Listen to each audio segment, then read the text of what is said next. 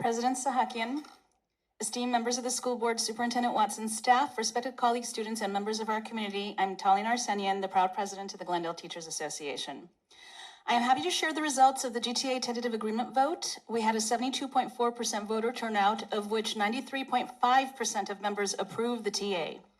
Thank you to both the GTA and the GUSD bargaining teams. I'm hopeful that this board will also approve the TA at your next school board meeting with the knowledge that you must do better to become competitive with other school districts in regards to wages. Tonight, you will be voting on a resolution to approve a $5.3 million fiscal stabilization plan. Written into this plan is a potential reduction in force of 65 certificated educators, most of whom work directly with students.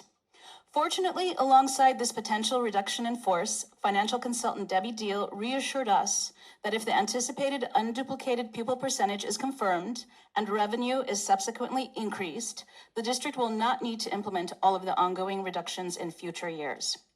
Educators and GUSD are delighted that it is very unlikely that RIFs will be necessary.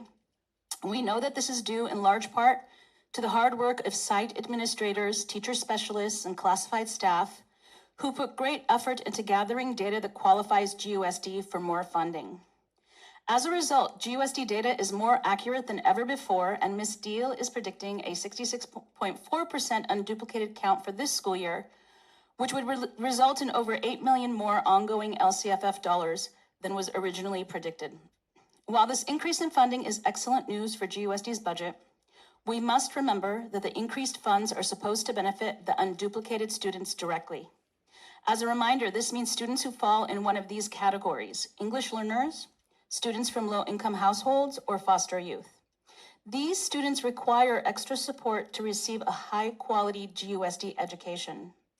And it is for them that the extra LCFF funding you are about to receive is intended to provide for. The best way to invest these funds is to ensure that our unduplicated students receive fully staffed classrooms under the care of excellent, high-quality, unionized educators, service providers, and support staff, and as always, reasonable class sizes. So tonight, when you cast your vote on action item L1, I urge you to do so with the expectation that any threat of reduction in force must be eliminated from the plan. Because not only is the proposed reduction in force no longer necessary in order to meet the financial goals that the county has required, it is detrimental to the well-being of the students who we all are invested in educating. On another topic, regarding the board's comments on the November 27th school board meeting, I was flabbergasted at your lack of knowledge and intent about Ed Code 4498.7.3 and the inability of our superintendent and cabinet to enlighten you. This law gives you discretion to create equity for any school board member that also happens to be a public school district employee, certificated or classified. Thank you, Board Member Gunnell, for being the only person on the dais who understood the intent of this law and knew why they needed to vote yes. Let me explain. All classroom teachers and many instructional classified staff have a rigid work schedule called their on-site obligation. Unlike other jobs, they can't come in to work later and leave later or make up missed hours on a Saturday. Unlike other jobs, certificated employees don't accrue vacation time. Any and all time away from their on-site obligation is prescribed in detail by contract language. Teachers get either sick time or specifically defined personal necessity time. If I was elected Burbank School Board member, the GTA collective bargaining agreement would not allow me to take any sick time or personal necessity time to fill any school board duties during my on-site obligation. I wouldn't even be able to take an unpaid time during my contractual work hours to do another job during my on-site obligation without board approval. Doing so would be a violation of my contract, and Dr. Bruick would have reason to take disciplinary action against me.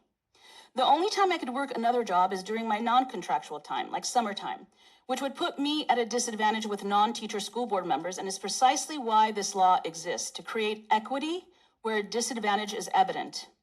In order to allow an elected school board employee to fill the responsibilities of their obligation to GUSD students and staff, your agreement to provide this accommodation to certificated or classified board members is needed to ensure that all school board members have equal opportunity to fill their duties. And this nominal financial investment will directly benefit our students because your colleague will be better informed and more experienced to make the best decisions for our students. The message you sent to our community by voting no is that the school board position is reserved for only those that can financially bear the cost of holding office, or only those with the sort of jobs that allow schedule flexibility. I know some of you expressed concerns about equity, but equity on this board, with its current composition, would have been approving the agenda item with a commitment to examine options for other working board members who may serve our community in the future. While I do not think this was your intended message, it is what our community heard. Working educators and school employees need not apply to be on this board. In the future, I hope that your votes are always on the side of fairness and equity. On that note, I would like to wish all of you, our students, and our GUSD school community a happy holiday season. Thank you.